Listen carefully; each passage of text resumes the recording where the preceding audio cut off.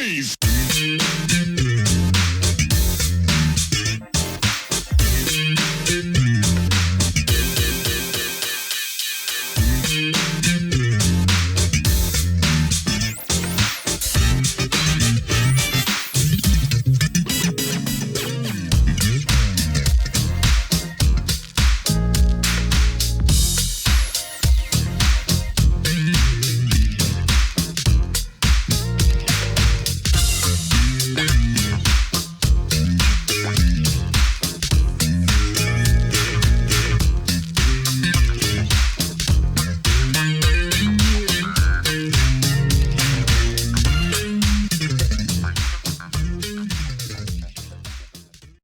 I really like that Riddle of the Sphinx album too. That was out in '74. Real We cool enjoyed stuff doing on that. there. Yeah, we enjoyed that. Yeah, the Riddle of the Sphinx. Yeah.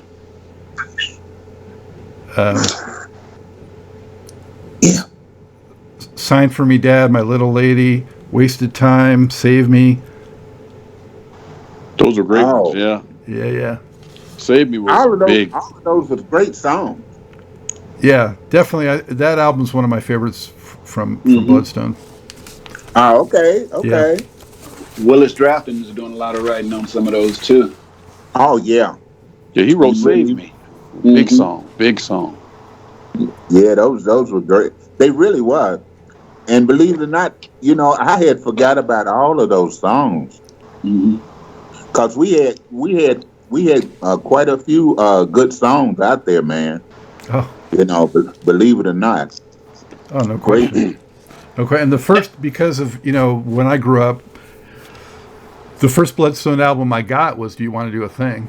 And, Oh, really? and that's definitely one of your funkiest tracks, too. Yeah, it was. And so then, I had heard other songs, of course, but that was the first one I Right. actually bought when I was a teenager. So, Okay. yeah. Okay. Do You Yeah, Want to Do a Thing? That was a big record for us. That was one of my favorites. I used to love to do that song. And still Dun, do dun, it very dun. well. Still do it very well. To this day. Cause it's funky, boy. I mean, Matter of fact, that's one of the ones that are still on the show. Do You Want to Do a Thing? Yeah. Yeah, it's funky, boy. It lays in the cut on you, boy. Really. Definitely does. Did you guys enjoy, before I'd seen in the past, but before I met with you guys for this, I went back and I looked at some of those Soul Train appearances and things like that. Do you guys have any memories related to those experiences? Oh yeah. Soul Train was one of our best. Oh, Don Cornelius, meeting of those guys, and it was a lot of fun. A lot of fun. And not only that, at that time, we was dressing kind of crazy because Psychedelics. Sly Stone, was one of our people too that we really One of our favorites. Yeah, one of our favorites. one of Yeah. our favorites, because I tell you, when we first went to London, we had a concert over there. And Al Green show. Yeah, with Al Green. So that was our first big concert, and it was so strange how that came about. It's because when we got ready to go over in London, we didn't know that you had to have a work permit Oh, to that's get right. in. Yeah. So that's when we just had changed our name to Bloodstone. So when we got there, we had to go through customs. So they asked us, "Are you guys a band?" So we said, "No, we just play music." You know what I'm saying? We're not a band. So they say, "You're not a band." So we said, "No." We said, "Just like to play music." So anyway, Willis had his guitar and so on and what have you. And not only that, we had a big old picture said Bloodstone. So they were saying, they didn't mind us coming over there, to play, but we had to Gotta have a work permit. Yeah, they have a work permit. And the way that you got a work permit to work over there, you had to be with the record company, you know. So anyway, when we got in there, we got into customs. So they went through everything, man. We stayed in customs for, I don't know, almost 8 hours. But anyway, on our passport, they had stamped on the passport that we could not work paid or unpaid. Mm. So anyway, so we was going over there to get a contract anyway. So our manager said, blimey hell, how in the hell they know we gonna work? But anyway, what came about, Al Green was coming over there to have a concert. All right. But Al Green had his show over there, so the manager wanted us to be on the show with Al Green. But what had happened, the promoter that was having the concert, he didn't know anything about no Bloodstone. Mm-hmm. So he asked, our manager asked the promoter, could we play on the show? So he said, well, who are these guys? So the guy told him, said, oh, they from the States. He said, what do they have out? What records do they have out? He said, no, they don't have any records out. So he said, oh, no. They can't be on the show. I don't These want them on no blokes. show. So, because George had gave him a prize. So he said, no, I'm not going to pay that. So anyway, he said, George said, well, hey, man, they can be on the show, can't they? He said, no, I said they can't. He said, well, we'll play free. So he said, well, I tell you what, I'm going to put them on the show. And if they not off in a certain time, I'm going to pull the plug on them. Mm. Sure did. So anyway, so George said, well, okay. So we went on the show, and we was on the show right before Al Green, and Al Green was the headliner. So, man, we went on the show, and we did this song about Sly Stone, I Want to Take You Higher. Hit that Sly Stone. And I had on ruffles and beads, bumblebees and everything. I mean, we was out of it. So, boy, we went on there and kicked that song off, and we left the crowd standing. So anyway, the promoter said, "Oh man," said, "those guys are great, man. Won't y'all go back out there? Because they standing up clapping for you." So George told him, said, "No, we're not going back out there." He said, "They standing up clapping for you. You don't want to go back out there?" He said, "No, we don't want to go back out there." So anyway, like I was saying, we didn't have no contract now. So what usually happened when an act comes to do a concert, the people from the record company usually be at the concert. Yep. So that's how we got a chance to sign up with Decca Records over Decca there. Records. Because they all was on that label, yeah. Because like I was telling Donald, I said Decca Records, London Records, London Records, is the subsidiary of Decca Records over in London. So Decca Records said, well, who is those guys? Mm-hmm. So George was there. So George got their card and what have you. And that's how we got a chance to sign up with Decca Records over in London. Wow. We was not even supposed to be playing. So we're supposed to be on the show or nothing. Yeah, we wasn't supposed to be playing at all because no they said, work permits. Yeah, we could play paid or unpaid. And worked and got this contract. Hey, And boy, that's it was how- in the stars. It was in the stars. Yeah. That's Wow. how we went with Decca Records. The crowd loved the show so much, Decca Yeah. said, we got to sign them right away. I bet you some of the U.S. record executives were kicking themselves for not having. Oh, they signed were. you guys. They were. You're right. 100% right. They said, we had a chance to sign this guy and let it go and let it slip through our fingers. Yeah. Wow. Never know where a hit record comes from. Almost Yeah. like Jimi Hendrix had to go across the pond there to That's right. get your break. Yeah. Yeah. Wow. Mm-hmm. So, saying that, how you guys, and we talked about it before, but how you kind of bridged a bit of that musical expanse of hard soul and smooth soul. When you were at your peak in the mid 70s, later 70s, were you mostly going out on bills with, other balladeers or other funketeers, or what types of groups were you going out with? We were really blessed because we got a chance to go out with a bunch of all of them. Really did. Yeah. Even Yeah. what's her name? Gladys Knight. We went out with Gladys. That was a beautiful concert that night. Well, when we was over in London, we done some, concerts over there. We worked with Elton John. Yeah, sure did. That was one of our first gigs. Sure was. Yeah. Elton John. Yeah. Mm-hmm. Wow, and that was Yeah. early in his career too, right? Yes. He had just started. Yeah. Uh-huh. Wow. And we worked with who was that? The Kinks. The Kinks. Yeah. Yeah. You remember them? Yeah. You really got me. Yeah.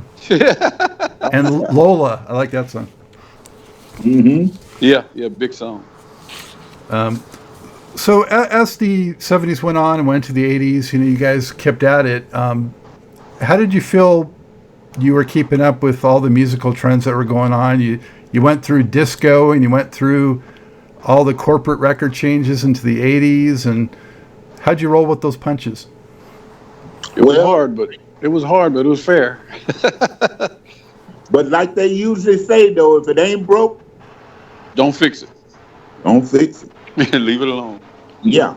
So we were very blessed to go that way. Yeah. That route. So we just kept on, what we do, and it worked.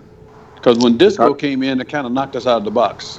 We were not really disco people, but we just kept on doing what we were doing because a lot of the promoters were calling us for the songs they already knew about.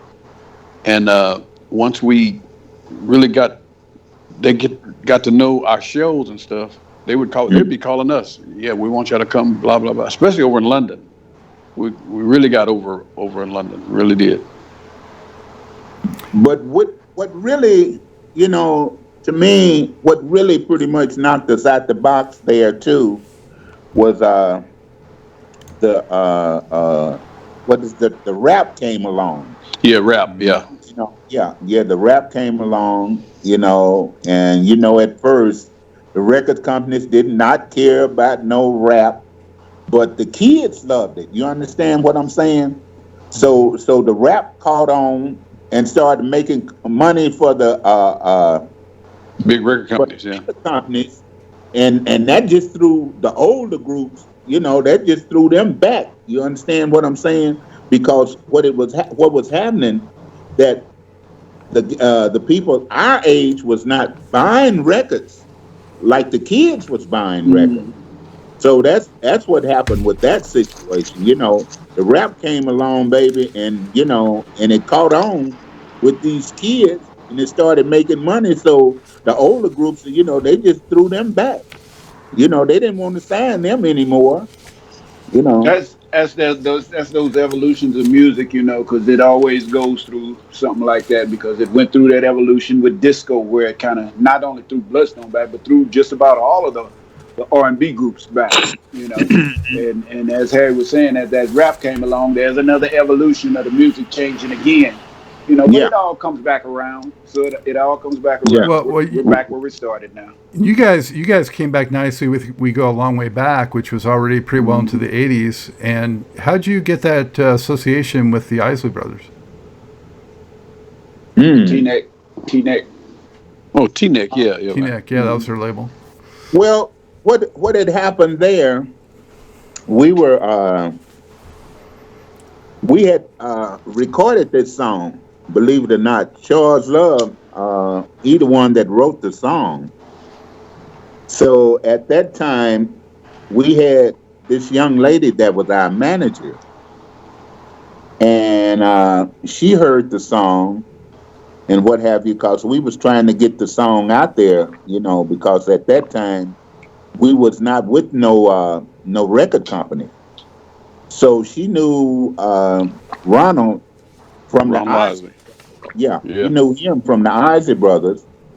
So she said, "Well, I'm gonna take this and let Ronald hear, of the Islay Brothers." So she took it to them, and they liked the song. Yeah. So they said, "Wow, we'd like to sign them up." Mhm. So and that's what happened to that. We went on in there and gave them an album. We just gave them one album. We know we were supposed to have done two of them for them, but the business went kind of kapow with them. So Kapow, yeah, I like that. Technical term, so, yeah. Yeah, technical, yeah. so we just we just went on and did that one particular song with them. So at that time, what is that? Epic, I think it was Epic. It was Epic, yeah. Yeah, Epic was distributing their songs.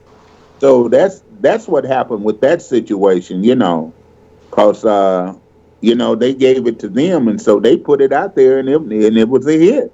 The rest was history. Sold Yeah. very good, yeah. Yeah. So that's how we came about with that song, that particular song. The Islay Brothers liked it, so they recorded that album. We went on and did an album with them. Yeah, that album Yes. too. I mean, a lot of long songs on that album. Good for the dance floor. Yeah. Yeah, but and but the guy that was producing that particular album, man, he was great. His name was McKinley Jackson, and McKinley used to do a lot of work there in Kansas, not in Kansas City, but California. Los Angeles, and he was Marvin Gaye's Music director. director. Yeah, music director. And man, he made all of that stuff real funky, man. Cause that is one funky album, and it had some good songs on there, But McKinley, he was great, I mean, he could, boy, cause he could play trombone, he could play piano, he could play drums, and he would kick it off, Don. He would kick it off, baby. Kinley Jackson. Yeah, McKinley Jackson. His wife was one of the Jones girls. Jones, yeah. okay. The Jones sisters, yeah. Yeah. But he the one that put that together, that album. What I'm saying. Well, Yeah. Great nicely hard done. work. Nicely done. Did you guys ever do any shows with the Islay Brothers? Oh, yeah. Oh A lot of yeah. shows. Yeah, we Mhm. did a lot of shows with him, yeah. Yeah, that'd be a great show. Love to see. Would have loved to have seen that, Bill. Yeah. It was a lot of fun. Yeah, they were some cool guys. They just wasn't cool enough for us, There was one album cool. Yeah, just only one album cool. Well, yeah, that next record, Party, that wasn't with them. That was What, that Bloodstone party? yeah. I don't know. Was that with Ron on them? Or I don't remember. I don't know. I can't remember that one either, back. Like I say again, man, we have so many songs. Well, God. actually, on that record, it says Byron Miller was playing bass. I just had him on the show the other day. Oh, is that right? Yeah, Haven't seen Byron in years. yeah. Do you see him often? No, I mean, well, he's living in Los Angeles. I'm in Charlotte, but Oh, okay. yeah, Well, if you ever see him, tell him Bloodstone said hello. We haven't seen him in a long time. yeah. Yeah, he was great, man. We had a lot of guys, play on our music. Wawa Watson, Mm-hmm.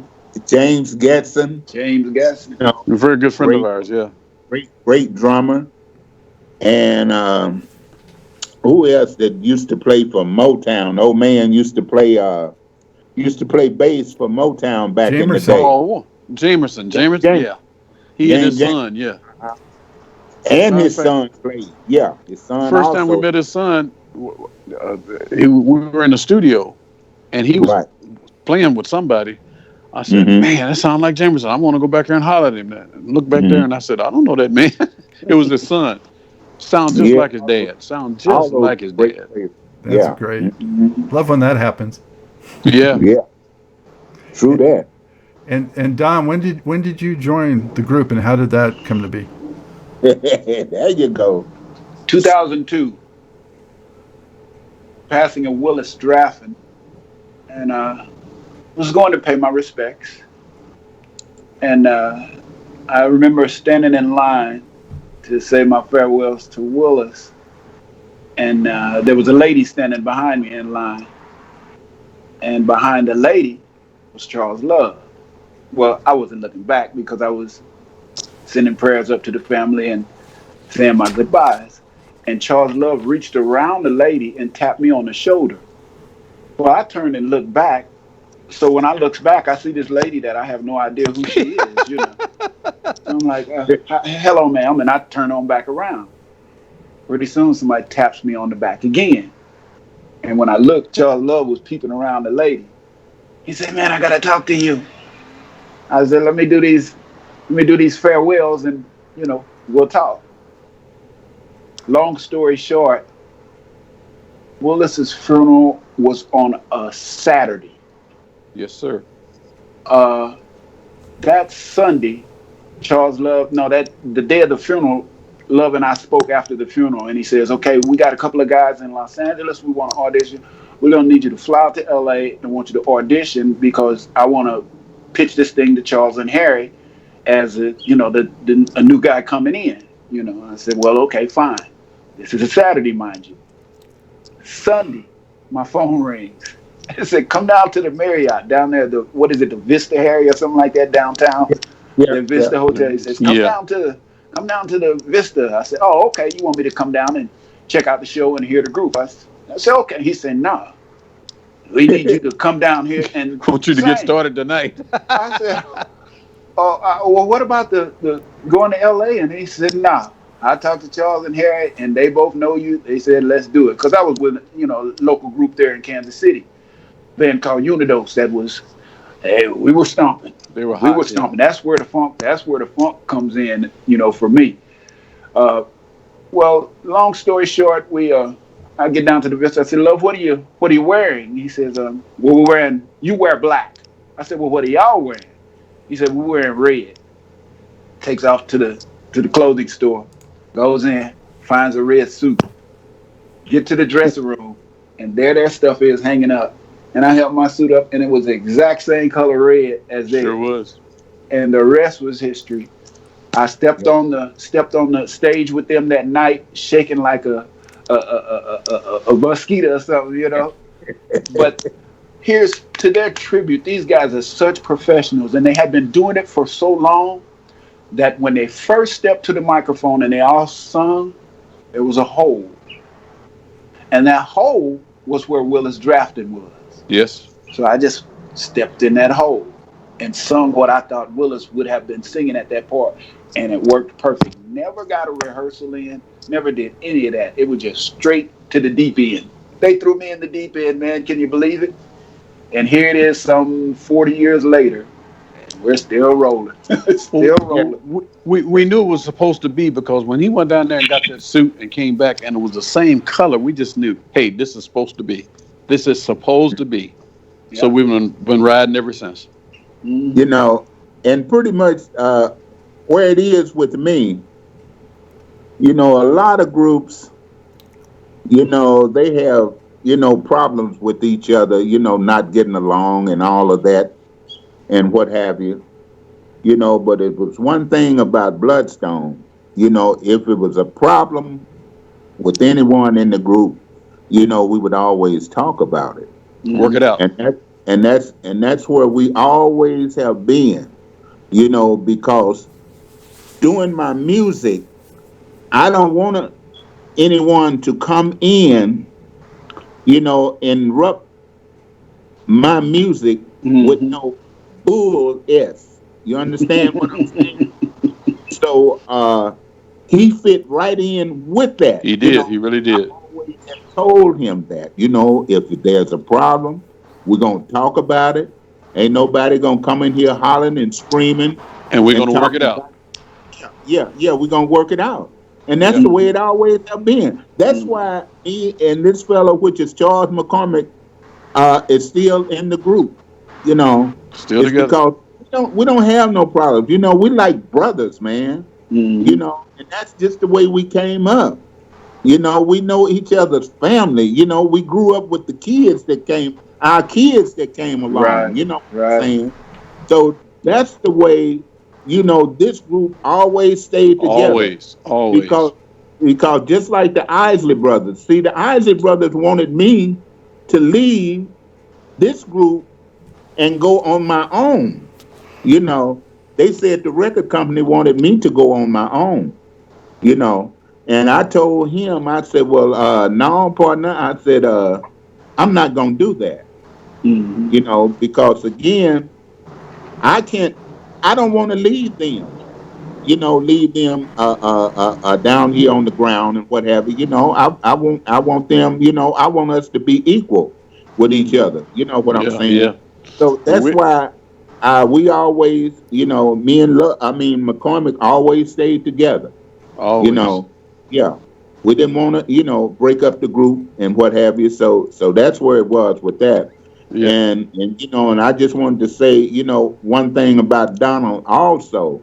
You know, he knows what I like. He knows what McCormick like.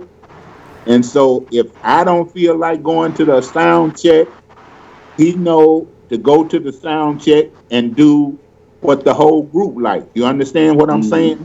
So I don't have to, you know, say, well, hey, Don, do this and do that. He's gonna go and do what he know he's supposed to do. And that's always have been cool with me, you know. So that's why we still kicking.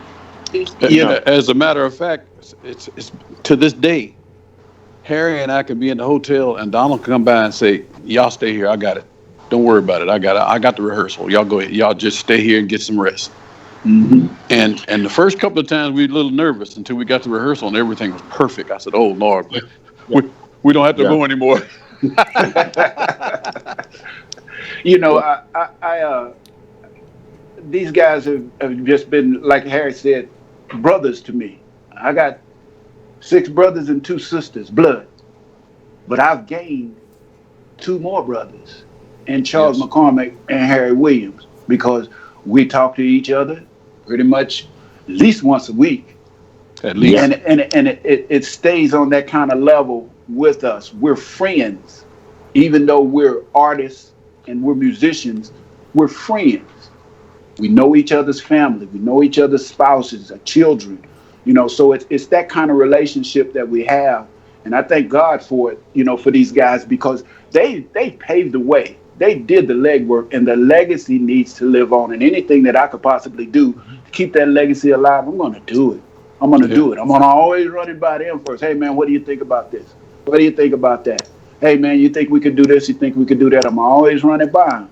And that's just out of respect for the legwork that they've already laid, you know. So that's kind of where we are at 2020 in this pandemic, trying to figure out what our next move is going to be.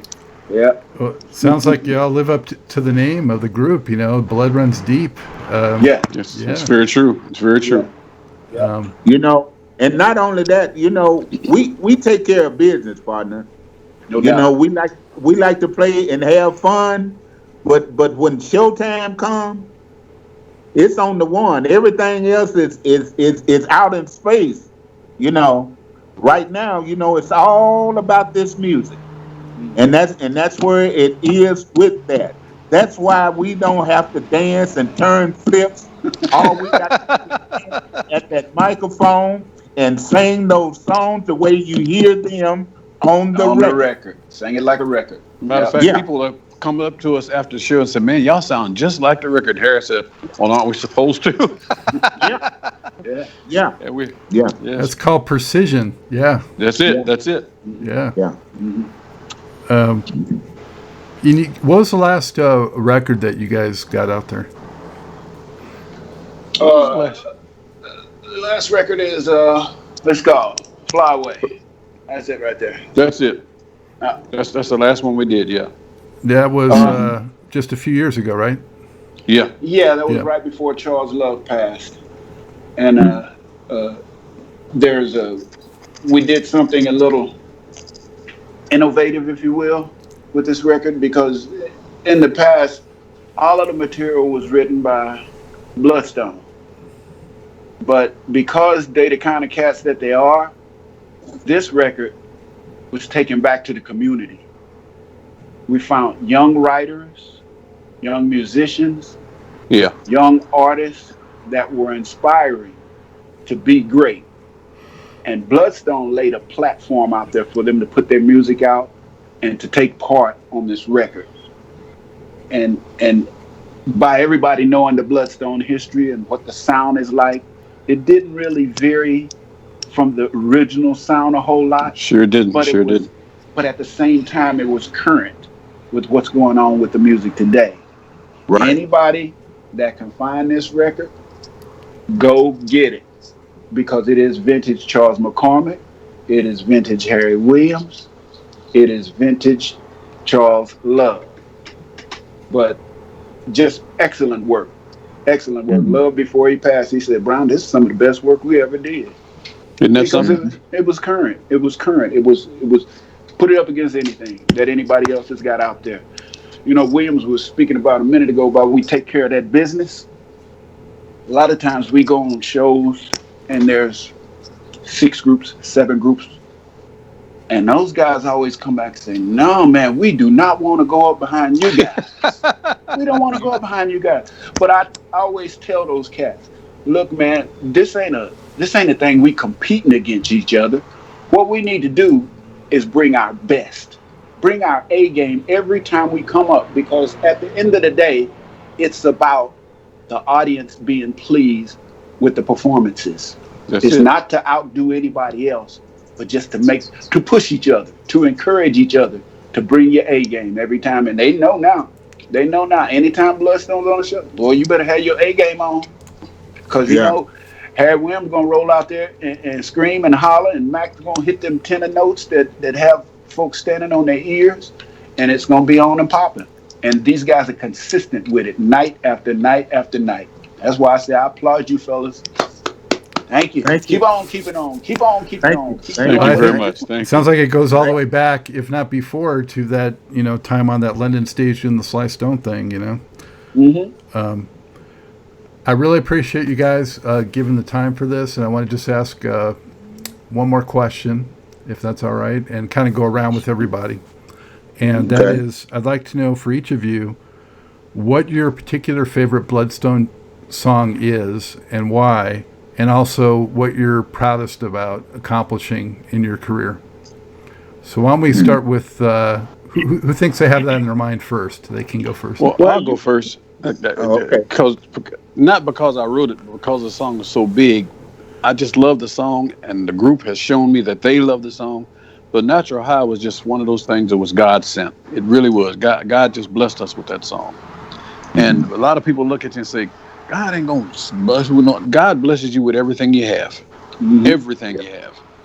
Yeah. So that's mine. Natural High was a blessing, and I just thank God that He let me write it. All right.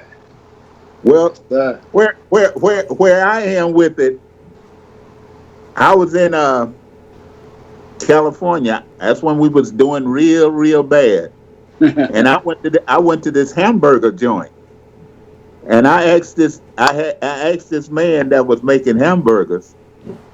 I said, "What is your best hamburger?" And he told me, he said, "All of them." It's my best hamburger.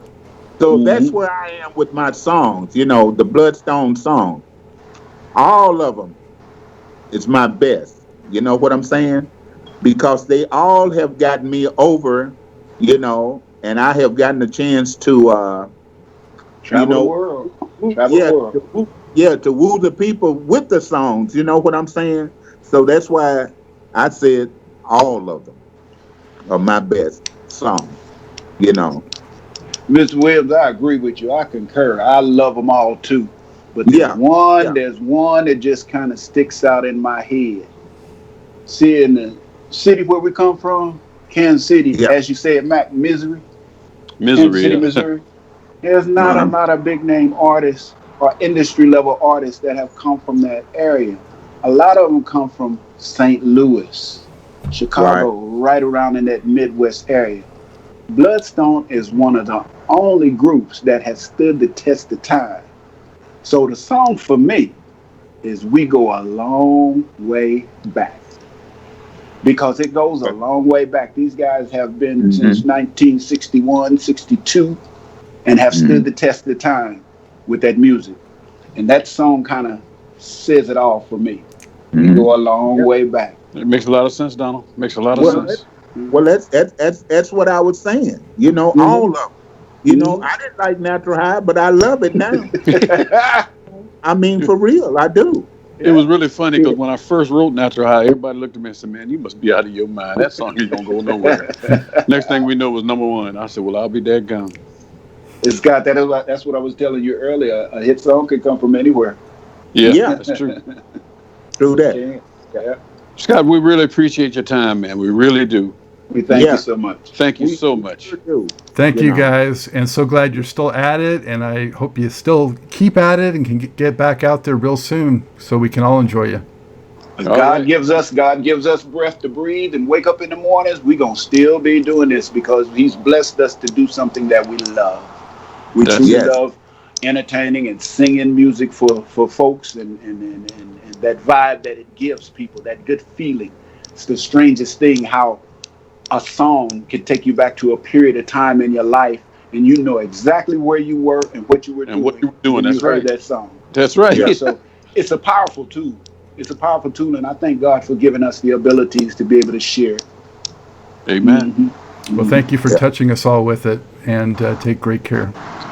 Yes, sir. Thank All you. right. Be safe, y'all. You Have Love a too. blessed Yeah. day. Have a blessed day. Hey, back at Truth and Rhythm headquarters. Thank you for joining us on another magical ride with Truth and Rhythm. Whether you're watching or listening, as always, thank you so much for your continued interest and support. Be sure to subscribe. Go to YouTube, go to the Funk and Stuff channel. That's where Truth and Rhythm lives and breathes and thrives. Also, goodies here like TIR Quick Takes. And if you subscribe, you know what? You get the show before anyone else. It's free. If you love jazz, funk, R&B, soul, you can't miss it. Pass it along. Tell a friend. Tell family. This audience is growing, and it is a beautiful thing, all coming together for the love of this great music. Also, if you can throw us a buck or two, we could use the support financially, keeping the lights on, keeping the servers going, all these expenses. If you can help support the program, whatever you can give, much appreciated. Go to the funkandstuff.net website, and on the right hand side of every page, you just click and you can donate through PayPal, credit card, whatever. Very easy to do and so much appreciated. And if you do a sizable donation, I will mention you on the program. Also, drop me a line. Email me at scottg@funkandstuff.net. Let me know who else you'd like to see on the show, what you enjoy about the music. Let's just kibitz and talk about stuff, talk music. You'll find that I respond very quickly, and I much enjoy the rapport and the camaraderie and the interaction. Always remember, this is your show, The True Music Lover. So for now, that's all the time we have for this one. It's a wrap. As always, Scott Dr. GX Goldfine saying, keep on vibrating to the rhythm of the one.